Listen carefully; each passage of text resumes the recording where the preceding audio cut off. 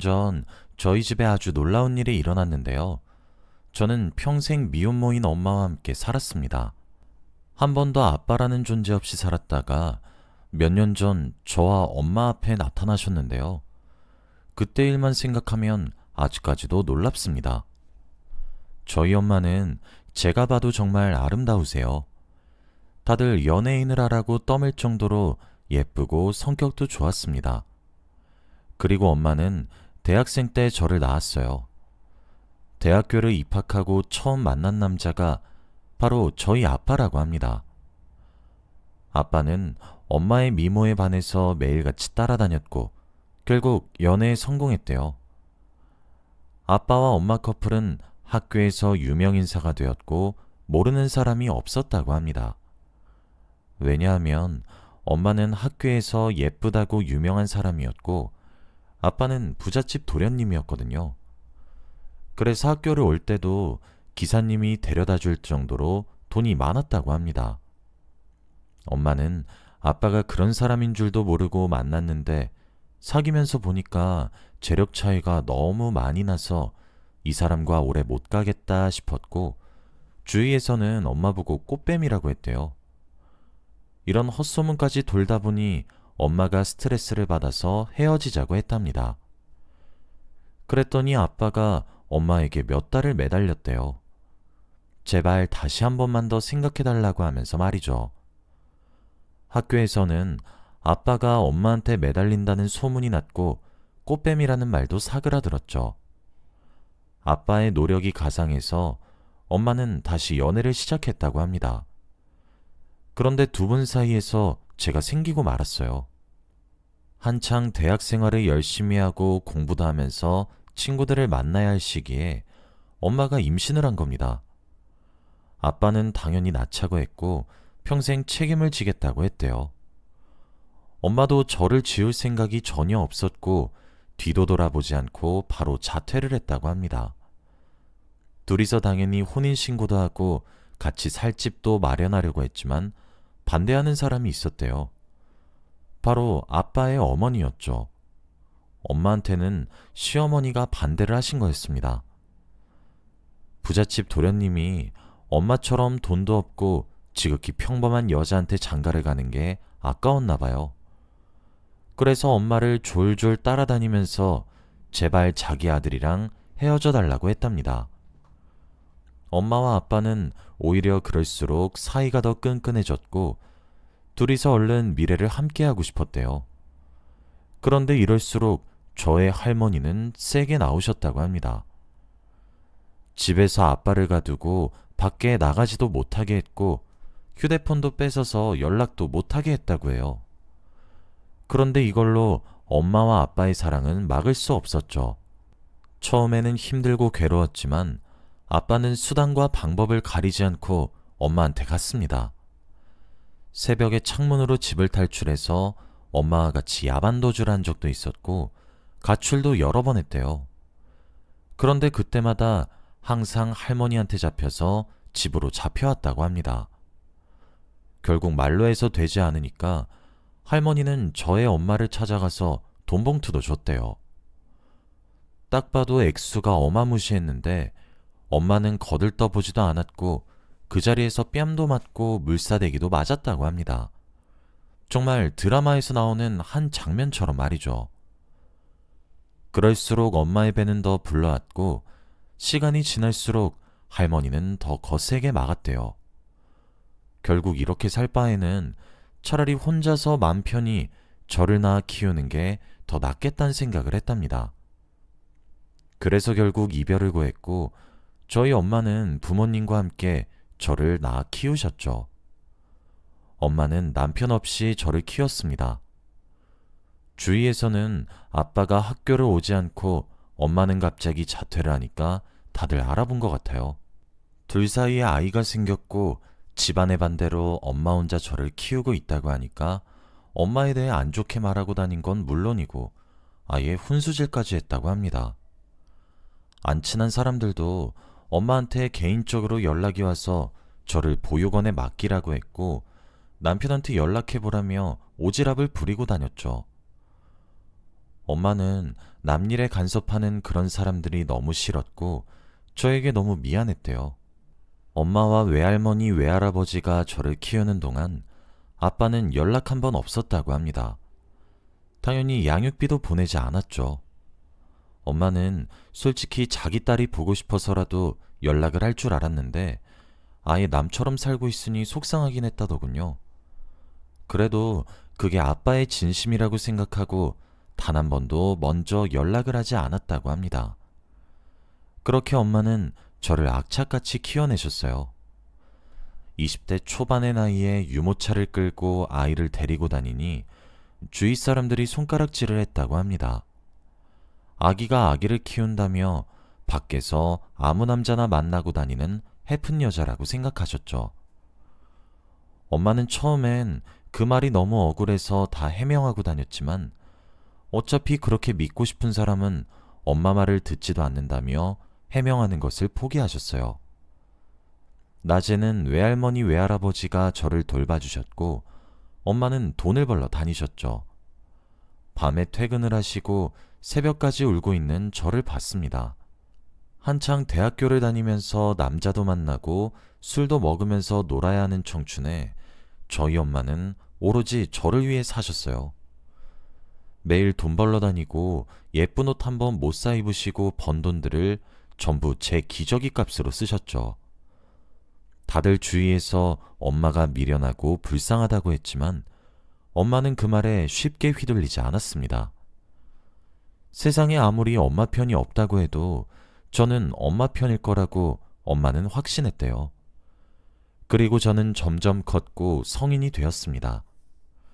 학교를 다니면서 저는 아빠가 없는 이유를 알게 되었고 아빠를 그닥 만나고 싶지 않았어요. 친구들한테 한부모 가정이라고 손가락질을 받기도 하고 친구들 부모님이 저희 엄마가 어리다는 것을 알고 저와 놀지도 말라고도 했습니다. 학교에서 왕따를 당하기도 했고 학교 폭력을 당해서 경찰서까지 간 적이 있었죠. 그럴 때마다 엄마는 화를 미친 듯이 내면서 가해 학생들을 처벌하기로 했고 저는 그런 엄마가 너무 든든하고 멋졌어요. 제 유일한 친구는 엄마였고 엄마가 없는 인생은 상상하기도 싫었죠. 제 머릿속에서 아빠라는 존재는 그저 엄마가 힘들 때 힘이 되어주지 않은 나쁜 사람이었어요. 그리고 한 번도 찾아온 적도 연락이 온 적도 없었기에 차라리 평생 만나고 싶지 않았습니다. 자기 아내와 딸이 어디서 어떻게 살고 있는지 전혀 궁금해하지 않으면서 자기 인생 행복하게 살고 있는 사람이라고 생각했죠. 한 번도 만난 적은 없지만 엄마를 혼자 둔 아빠가 너무 미웠습니다.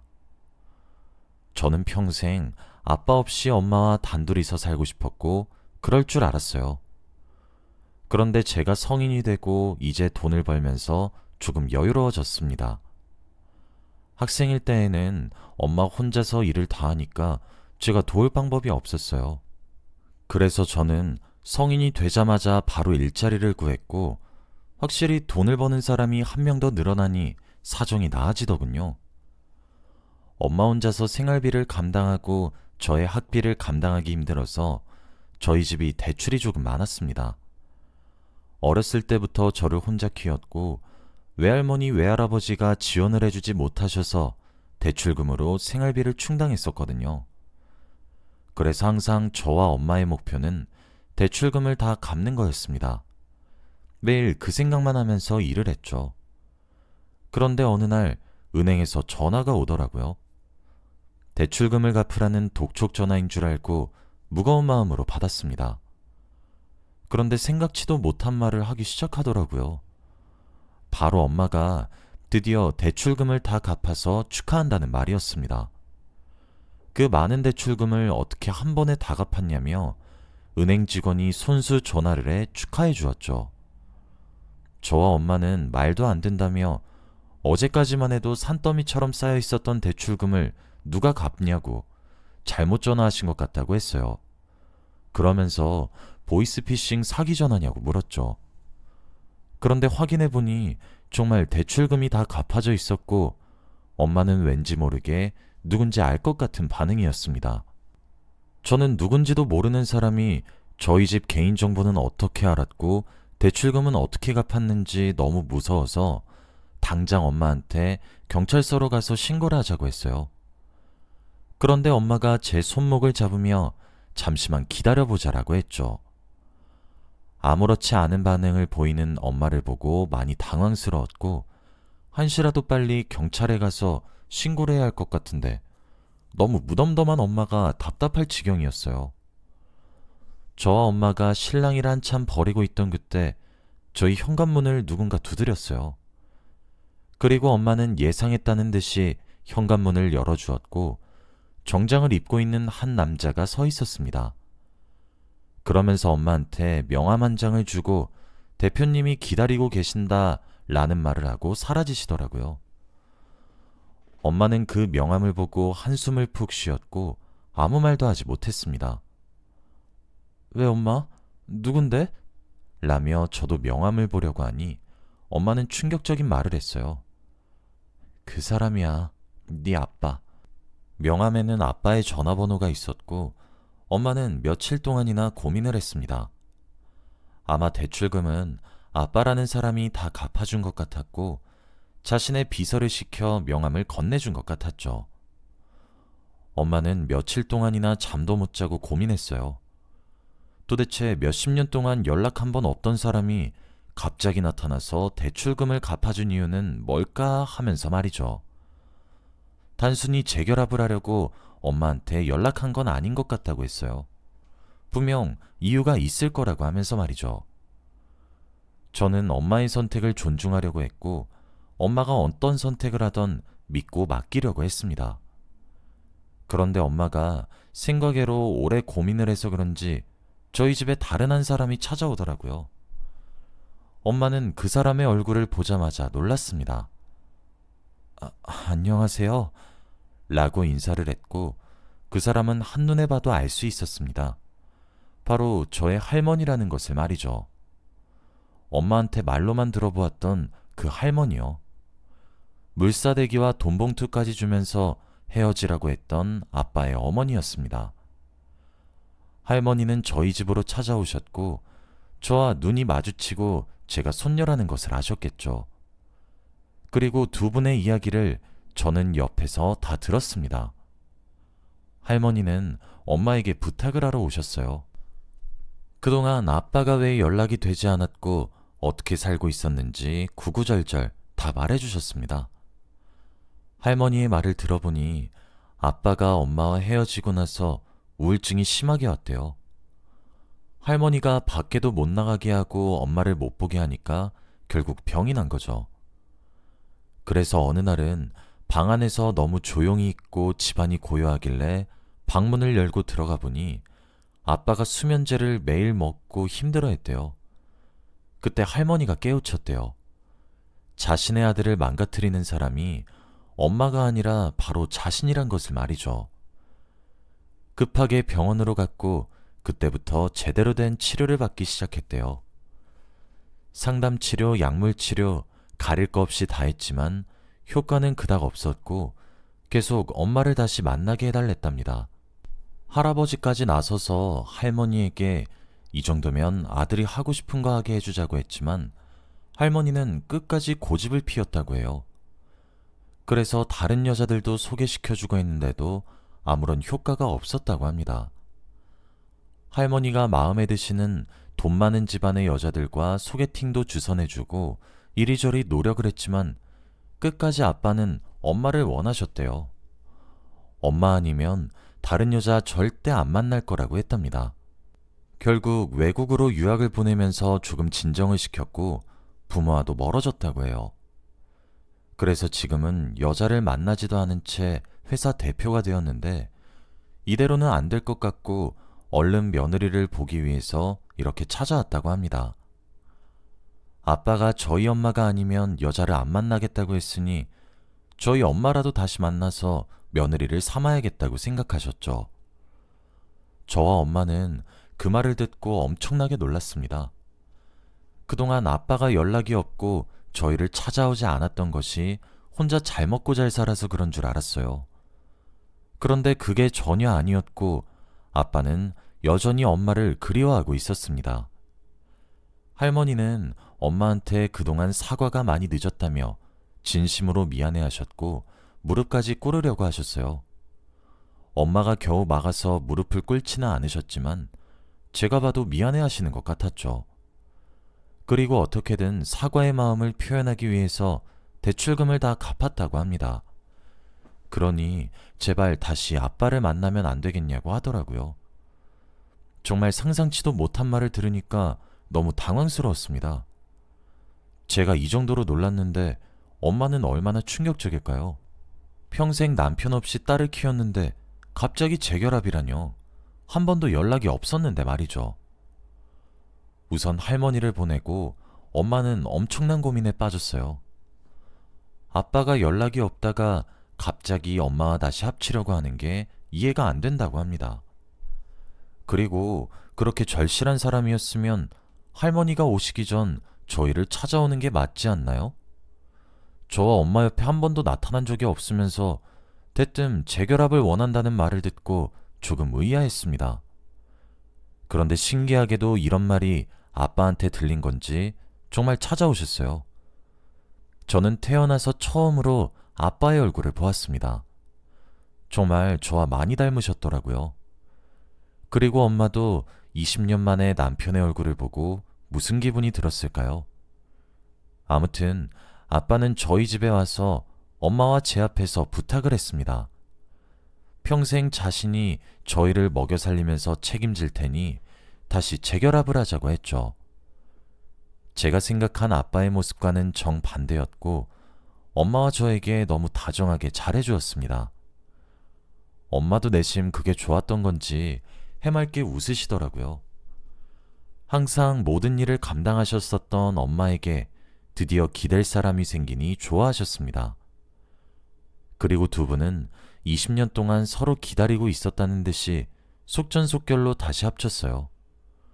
저도 아빠와 친해지는데 오래 걸리지 않았고 한 집에서 살게 되었죠. 아빠는 회사 대표이지만 저희 집에 짐을 옮기고 살았어요. 저는 속으로 내심 아빠가 좁은 집에서 살 수 있을 만큼 저희 엄마를 많이 사랑한다고 느꼈습니다. 엄마와 아빠, 그리고 저, 이렇게 셋이 한 집에서 살기 시작했죠. 그런데 엄마는 혼인신고를 절대 하지 않았습니다. 워낙 철저하고 의심이 많은 성격이어서 그런지 한 집에서 살긴 하지만 혼인신고는 하지 않았죠. 아빠는 제발 혼인신고를 해달라고 매달리고 있었고요. 저도 아빠를 믿고 싶었는데 엄마가 도대체 무슨 생각을 하고 계시는지 예상을 못하겠더군요. 그리고 얼마 뒤 저희 집은 아주 난리가 났습니다. 저는 그날부터 엄마의 촉을 맹신하기로 결심했어요. 아빠가 저희가 알던 사람이 아니었습니다. 정말 20년이라는 시간이 사람을 바꿔놓는 시간이더라고요. 엄마가 알고 있던 20년 전의 아빠는 이미 사라지고 없습니다. 왜냐하면 아빠는 저희 집에 오고 몇 달 뒤부터 술, 도박, 여자 문제로 엄마와 많이 싸웠거든요. 아빠 말로는 돈 많고 집 잘 사는 여자들은 까다로워서 이해를 못 해준다며 엄마와 저같이 없이 산 사람들이 이런 인생을 더 이해해준다는 말도 안 되는 소리를 하는 겁니다. 그러면서 아예 대놓고 여자를 만나고 다녔죠. 엄마는 혼인신고를 하지 않았던 것이 신의 한 수라며 당장 집에서 내쫓으려고 했습니다. 그런데 아빠는 다시 자기 집으로 돌아가면 이렇게 못 논다며 할머니가 간섭이 심하다고 하더군요. 아빠가 굳이 좁은 집인 저희 집으로 들어온 이유가 바로 이것 때문이었습니다. 할머니의 간섭을 피하기 위해서 말이죠. 그리고 할머니도 저희에게 거짓말을 했습니다. 일부러 감성을 자극하시며 없는 말을 만들어내셨죠. 아빠는 엄마와 헤어지고 나서 다른 여자들도 많이 만나고 결혼도 2번이나 했다고 합니다. 이혼도 하고 유산도 했지만 유흥을 멈추지 못했죠. 그래서 만나는 여자들의 집안에서 아예 아빠를 반대했답니다. 그래서 할머니도 아빠가 구제불능이고 집안 이미지를 망치는 사람이니까 저희 엄마와 제 곁으로 자식을 버린 거예요. 집에서도 나가고 새로운 여자를 만나는 것보다 아는 사람을 만나는 게 더 쉬우니까요. 정말 지금 생각해도 어이가 없습니다. 아빠는 술에 취해서 이 말들을 당당하게 내뱉었고 엄마는 다 녹음을 하고 있었어요. 화가 미친 듯이 났지만 증거를 모으기 위해서는 참고 있을 수밖에 없었죠. 엄마는 녹음본을 할머니한테 보내서 당장 내보내라고 협박을 했고 너무 확실한 증거에 아무 말도 하지 못한 채로 아빠를 저희 집에서 나가게 했죠. 그리고 엄마는 너무 허무해했습니다. 20년 동안 아내와 딸을 한 번도 보러 온 적이 없는 사람을 믿고 자기 집에 들인 것 자체가 너무 한심하대요.